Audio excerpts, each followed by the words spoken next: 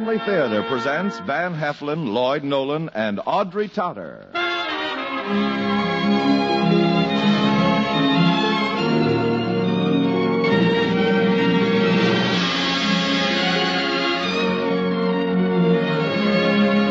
From Hollywood, the Mutual Network, in cooperation with Family Theater, presents The Problem Child Problem, starring Van Heflin and Audrey Totter.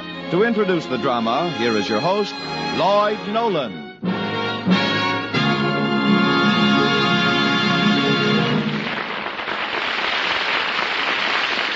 Thank you, Tony Lafano. Family Theater's only purpose is to bring to everyone's attention a practice that must become an important part of our lives if we are to win peace for ourselves, peace for our families, and peace for the world. Family Theater urges you to pray. Pray together as a family. And now to our drama, The Problem Child Problem, starring Audrey Totter as Celia and Van Heflin as Alan.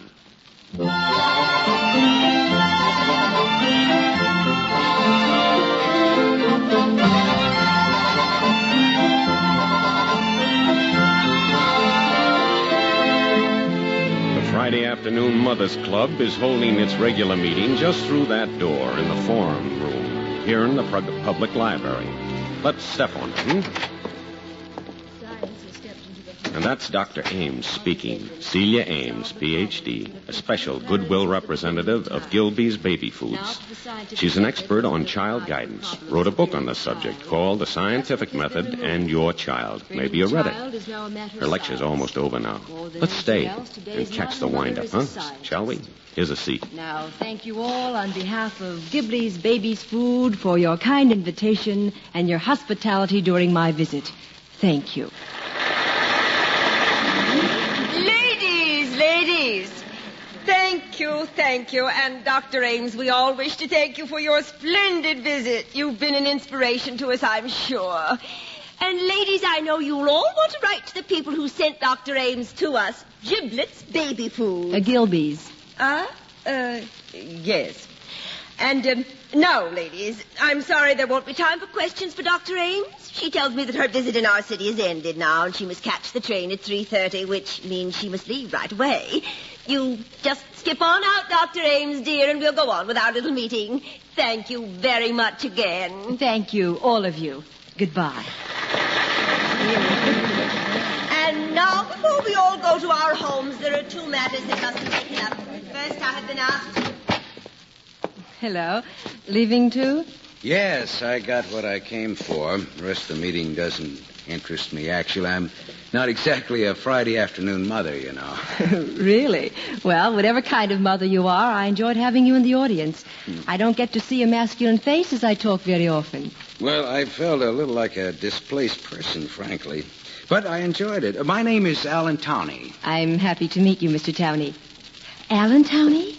Oh, now I remember. You wrote Sun in the Mountains, didn't you? Yeah, I'm afraid I'm guilty. My, now I am proud, having a best-selling fiction author in my audience.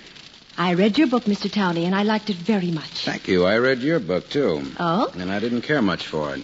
Oh. I came today to see just what kind of a woman would write that kind of drivel. Well, really? And I was quite surprised. You know, I expected some dried-up old apricot, not a ripe young peach like you turned out to be.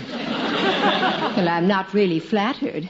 I suppose my literary style is distasteful to such a master of the art as you.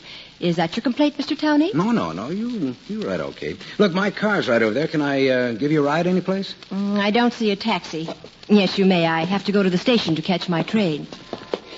No, it's not your writing. It's what you write. And what's wrong with what I write? Well, it's nonsense. Well, of all It just doesn't work. I suppose you know all about rearing children. Well, how many do you have? Children? None, of course. Well, I have a 5-year-old boy. I tried your scientific method on him. Oh, you did? Yes, and it's nonsense. I suppose Mrs. Towney agrees with that expert conclusion? Well, Mrs. Towney passed away about 4 years ago. Oh, I'm sorry. Philip has had the best of nurses. He's the finest medical care, and he's a problem boy in spite of it all, and your book just didn't help one little bit. Did it ever occur to you, oh, great one, that the person using the methods in my book has to have a small amount of intelligence, too? Look, I think you wrote a very nice, sweet little book, and if a kid is perfectly normal, the ideas you have won't do him very much harm. But if a youngster's really has some adjustments to make, well, that stuff just confuses matters. Here's my card. I've never known anyone as insulting, as conceited, as stupid, Look, as self... you can't even take criticism, can you? Can't take criticism? Well, really, that's too much. You're just trying to blame me for your own inept handling of a baby. You're supposed to be a psychologist, and you should know that shouting is just a cover-up for a feeling of insecurity. Insecurity? You're sure. You know I'm right. You don't trust your hocus-pocus yourself. Oh, I wish... Look, I'll find a cab. Yeah, you see? Covering up. Mr. Towney, the best minds in the business, including my own, if you please, have developed what I wrote in my book. It's a scientific way to bring up children. If it doesn't work on that little prodigy of yours, it's not my fault. It's because you haven't sense enough to use the tools I handed you. And I suppose you have. Of course I have. I wrote the book, remember? Do you want to bet? What? I'll bet you that you yourself couldn't make your book work with Philip. You must be out of your mind. The bet is for $1,000. I'm not interested in making bets, Mr. Towney. All right, then let's make it a salary. You come to work on a real-life problem, and I'll pay you $500 a week. That's $1,000. No. Okay. Well, I don't blame you. Naturally, you don't want to prove that your book is all that I said it was. Well, that's not it at all. Well, what other reason could you have for turning down a small fortune? Look, I wish that your ideas would work. I really do, honestly. I'm worried about this boy of mine. I'd gladly pay you any amount to bring him around. Maybe that was in the back of my mind when I suggested a bet. I don't know, but now you and I both admit that your way isn't the answer, so we'll forget about it. All right, Mr. Towney. I'm just going to show you how ignorant and blind you really are. I'll come and spend 2 weeks, my vacation, at your house, and I'll help your 5-year-old Philip and make you eat every one of your insulting words. That's wonderful, wonderful. You have some spirit, too. And this is going to cost you $1,000. Well, here we are. Miss Baxter. Mrs. Baxter. Good evening, Miss Baxter. Dr. Ames, this is our housekeeper, Mrs. Baxter. How do you do? I just love this old farmhouse, Mrs. Baxter. Oh, thank you, Miss Ames. It's a job to keep up, I'll tell you. Dr. Ames is a child guidance expert. She's going to be here a couple of weeks trying her hand on Philip, Mrs. Baxter. Well, isn't that grand? It's nice of you, ma'am. You'll like the boy, Miss Ames, in spite of his ways. I hope I shall understand him, Mrs. Baxter. I'll wish to check Philip's diet later on this evening. Philip's diet? Yes, you have his menu written out, haven't you? What? Well, after dinner we can get at that, can't we? Well, how about meeting the son and heir now, shall we? His room is just up the stairs here. You and Mrs. Baxter, you can get together later on that. I should think Philip would be playing outdoors this time of the day. No, he doesn't very often. The only playmates he has are the Jenkins children. They're a mile on down. They get together now and then. This is it right here. Philip? Son, I'd like you to meet a friend of mine who's coming to stay with us for a while. This is Dr. Ames. Aunt Celia. Do you mind, Doctor? You know, Auntie sounds a little foreboding. Oh, not at all. And I'm happy to meet you, Philip. My, what a pretty room we have here with all these fine toys and pictures. It must be great fun. Well, son, don't you think you'd better say hello to Aunt Celia? Hello, Aunt Doctor. Isn't that sweet? Philip, a gentleman always stands up when a lady comes into his room. Son, Dr. Ames is going to think that you don't like her if you don't act a little more friendly. Oh, now, Philip and I are going to get along just fine, I know. Aren't we, Philip? Philip, I wish you'd talk to us. I know you can. You can talk just as well as a grown-up when you want to. Don't you want Auntie Doctor to know how smart you are? No. Dr. Ames, I'm sorry, but son, we'll see you at dinner. Let's have Mrs. Baxter show you your room now, and then you can get settled. Fine. And, Philip, I think you and I are going to get along famously. Don't you worry about it. Bye. Well, you've met the patient, Doctor, and I must say I didn't notice anything masterful in your treatment so far. Mr. Towney, I have 2 weeks to prove to you what a bore you are. And if you don't feel like apologizing, then you needn't pay me the fee we agreed on. No, you're not ready to give up yet, then, huh? You better write some more books, Mr. Genius. You'll need the money.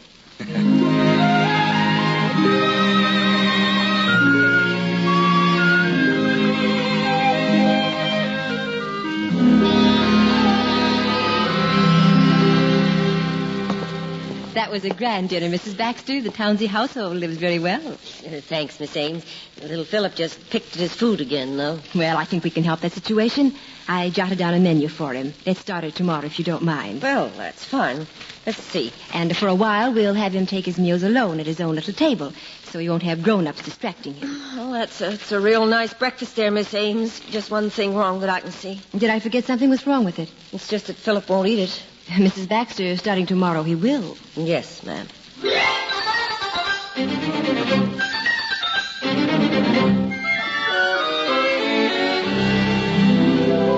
Now, Philip, here is your delicious breakfast. I'll let you have just 15 minutes. Then if you haven't finished, or at least just about finished, I'll take the food away.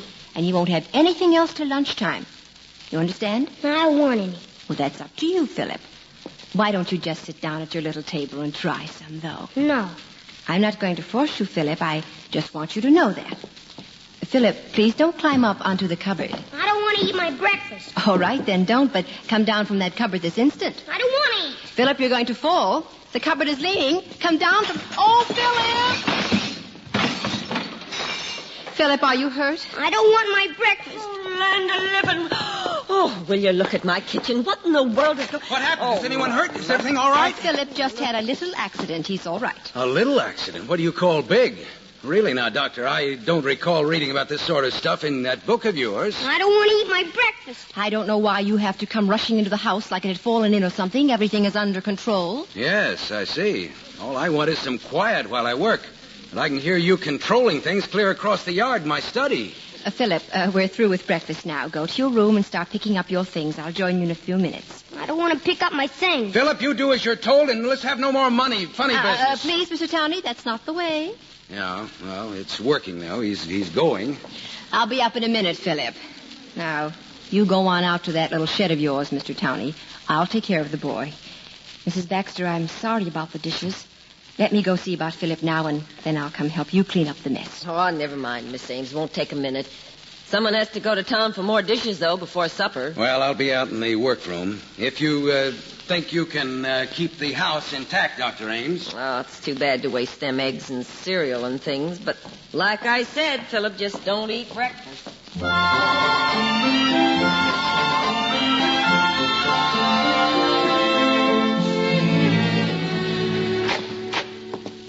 Philip, have you finished picking up in here?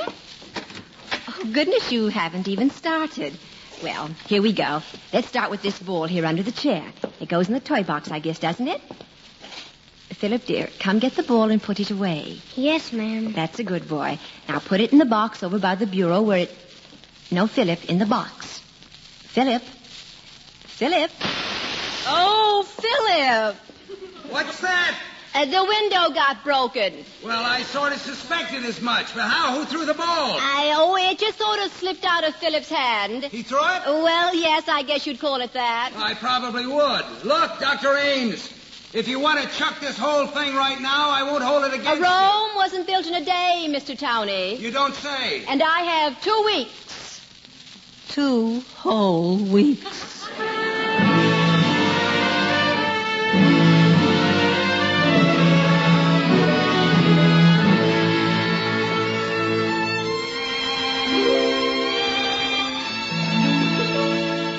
Well, as I live and breathe, if it isn't the famous Mr. Towney sneaking out from his backyard dungeon and into broad daylight. We don't see much of you these days. Well, I've been trying to write. That's how I support my family, you know. Do you always make yourself as scarce around the house as you have the week I've been here? Yes, I do. But usually I accomplish something out there. But what with breaking windows and crashing cupboards and falling bodies and Mrs. Baxter complaining about cooking special food on her old stove and all the other confusions that we've had, I haven't had much success. I am sorry, but you'll be glad to know that we're making headway. Philip just ate an enormous lunch. Enormous for him, at least. And guess what he's doing now? Taking bicarbonate of soda. Now he's playing outdoors. I saw the Jenkins children outside and sent Phil out to play with them. Well, I think I'll take a look. Is that permitted, Bob? It is, but don't distract him. I know he'll be busy. Philip, where are the other children? Why are you sitting out here on the porch all alone for? I don't know. Well, are the other children around? Well, sure, there they are. They're over there by the wood pile. Now, look, why don't you race on down there and get in a game with him? Son, what's the matter, fella? Won't the other kids let you play with them? I don't know. Well, what is it, pal? Don't you want to play with the other boys and girls? No, Daddy. Philip, Mr. Towney, why don't you go on out to your study now, and Philip and I will busy ourselves with something else. All right, but, look, just a moment, huh? Before you take over again, do you think that it's going to work, really? Of course it is, but I thought you were sure it wouldn't. Well, I want it to. I love that boy, Dr. Ames, and I want him to be happy. He just seems so disinterested in things. Just doesn't seem to care. I know. We'll work on the other things and see if that doesn't correct itself. Now, you go on back to work and don't worry. It's all a matter of using I know, the scientific method. Ah, yes.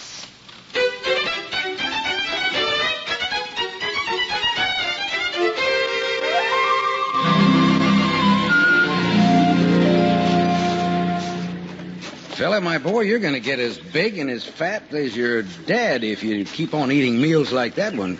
Look, why don't you go on and do a little exploring for yourself? Why don't you, you don't get out on picnics very often. All right, Daddy. But don't get down too near the creek, dear. Stay where we can see you. All right. I'm going to go see, though. He's a healthy-looking rascal, isn't he? And he's certainly a healthier acting boy lately. I hoped you'd like my idea of coming on a picnic. I wanted you to get a chance to see how well my training is taking effect. Well, I'm very impressed with your results. I really am. I'll lose that bet gladly. If he would just get a little excited now and then, it's not at all right for him to seem so low-spirited. No. Look at him now, just standing there looking at the water. Poor little guy. Don't get too close to the creek, son. Maybe something will happen in the 3 days I have left. Well, I'll hate to see you go away. It's been nice having you here. I've enjoyed it. It really hasn't been a bad vacation. No, I'm sorry about the things that I said before. You're really quite a wonder, Doctor. Why, thank you, kind sir. And I think you're wonderful. Thank you. And beautiful. Oh? And very nice. Oh. And, Celia. Philip, don't get too close. Philip! Fell in the water, quick. All right, take it easy, son. Daddy's coming. There you are. Yeah. You're all right now, aren't you, Phil boy? Oh, well, poor little baby. That was an awful scare, wasn't it? Yeah, one you wouldn't have had if you'd obeyed us, Philip. Accidents happen, Mr. Towney. Okay, but is that according to the scientific method, Doctor? It sounds strangely like sentiment to me. My emotions are not involved in any aspect of this whole situation, Mr. Towney. Let's both keep that in mind. Now, Philip, dear, let's hurry to the car and get you dried off.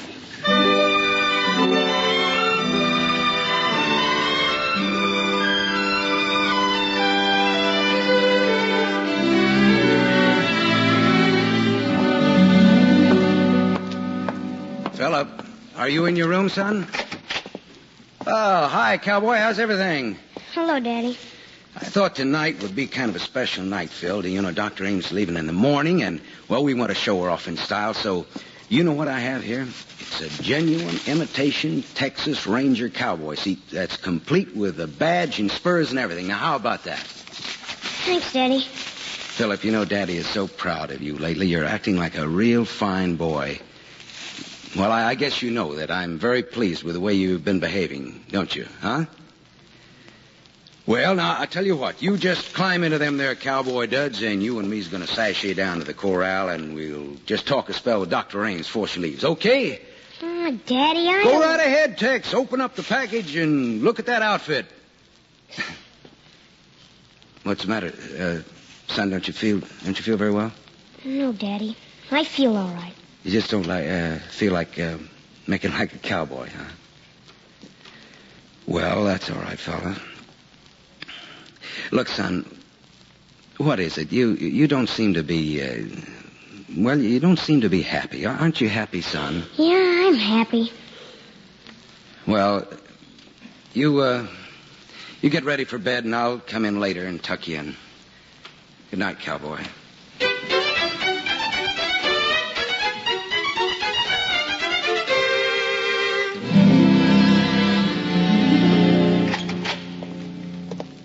Sitting out here in the dark? What's up, Celia? Just sitting. You all ready to leave in the morning? Yes. Well, we sure want to thank you, Dr. Ames. Celia, it's been a good 2 weeks. We're going to miss you. Philip and I, that is. I'll miss you. You and Philip, I mean. About Philip, you did a grand job. I'll have your check in the morning, and you were worth every cent of it. Don't bother. What? You know as well as I do that it's all been a miserable failure. I know. I'm very pleased. Oh, Alan. Well, what is it, Celia? Look, Philip is already. He's different now. He's completely unhappy. He hasn't 1 ounce of interest in anything that happens around him. Little boys should love living, have fun. He just exists. No, you did a good job, Celia. You did the best you could. That's why I feel so badly.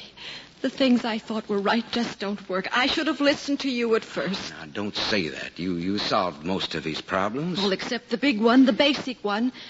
That one defeated me. My so-called scientific method couldn't make him start caring about life and things that happen. Celia, don't... Goodbye, Alan, Mr. Towney. I'm going to leave tonight, right away. I suppose I should thank you for helping me to see myself finally, so thanks and goodbye. Mr. Tony! Mr. Tony! Come quick, That's Mr. Mrs. Baxter. Tony! Something's wrong. What is it, Miss Baxter? Alan, the house. What? It's on fire. The stove. I was in the other room. It blew up. The whole back of the house is afire. Are you hurt? No, just shook up, I guess. Well, look, you go over to the Jenkins and use their phone and call the rural fire company. Quick.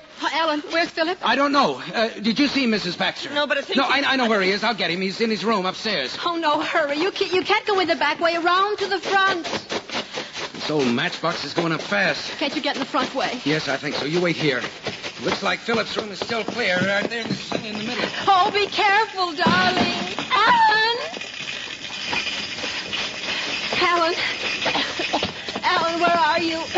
Here, over here by the stairs. Oh, Alan, are you all right? Yes. Yeah, that step gave way. My ankle's twisted. Look, you get on out. Alan, you can't walk. No, I'll manage. You go on outside. I'm going to Philip's room. Wait, no, Celia, don't try. I can make it in a minute. Philip, are you in there? Doctor, I'm afraid. I'm coming in to get you. Be a brave boy for a minute longer. Philip, where are you? I'm afraid, Doctor. I'm right here now. Everything's all right. Come out from under the bed and let me pick you up quickly. Auntie Doctor. Oh, my precious Philip. Auntie Doctor was so worried.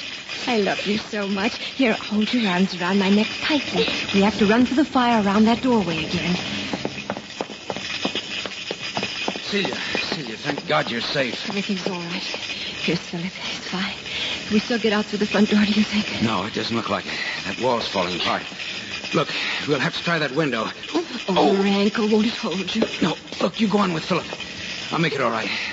Don't wait. Hurry. Here, put your arm around me. Don't argue. Why are you doing all this? Because I love you and Philip, you idiot. And if anything happens to either of you, I want it to happen to me, too.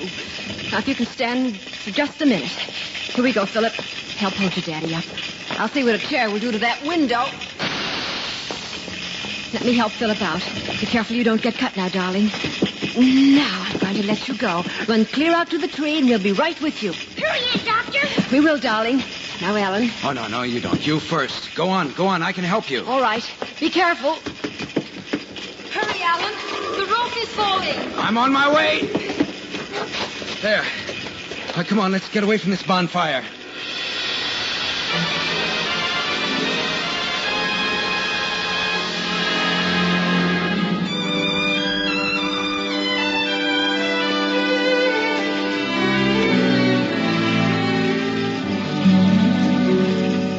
Philip, are you all right now? Sure, Aunt Doctor. I'm fine. Hi, Daddy. Auntie Doctor came up and cured me out of the fire. Yes, I know, son. In fact, she did the same for me. Some hero I am. How's your ankle? Oh, it's not broken. It's sore. It'll be all right. Look at that house, will you? The party will be over before the fire trucks get here. Yeah. Even be enough to toast a marshmallow.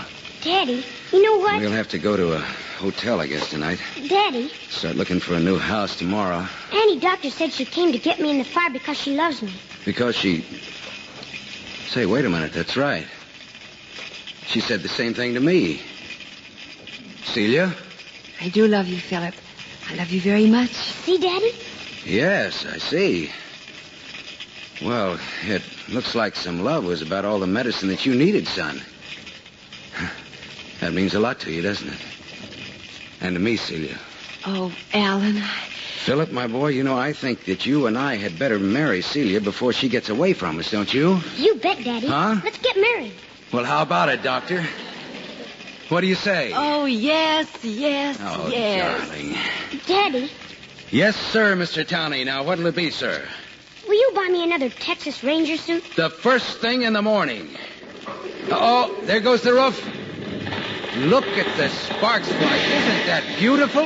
Oh, yes, darling. It's a beautiful night. It's a beautiful night.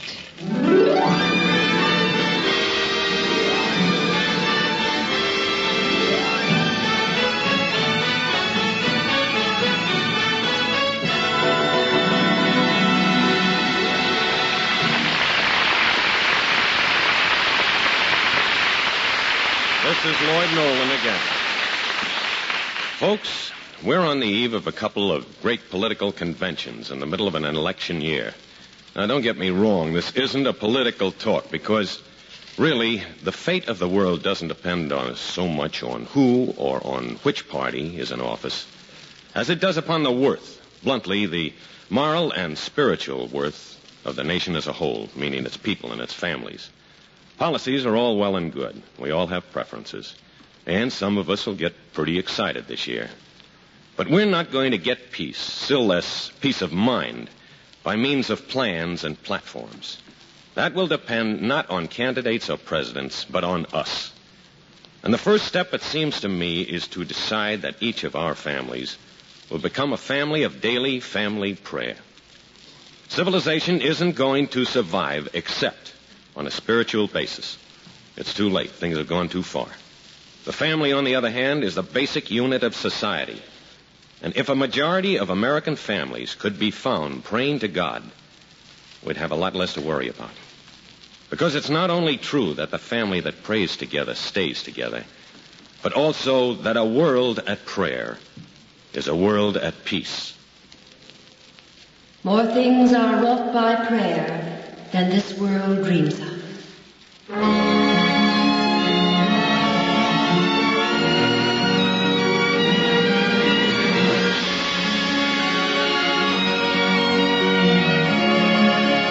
From Hollywood, Family Theater has brought you The Problem Child Problem, starring Van Heflin and Audrey Totter. Lloyd Nolan was your host.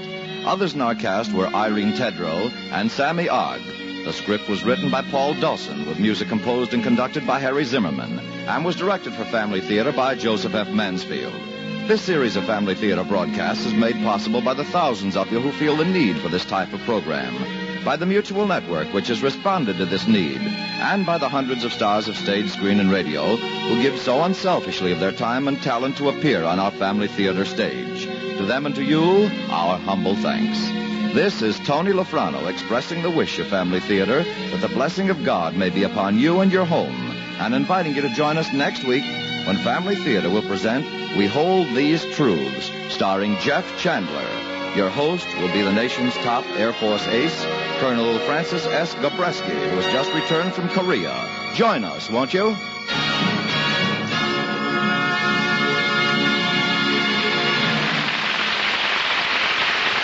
Family Theater is broadcast throughout the world and originates in the Hollywood studios of the world's largest network. This is the Mutual Broadcasting System.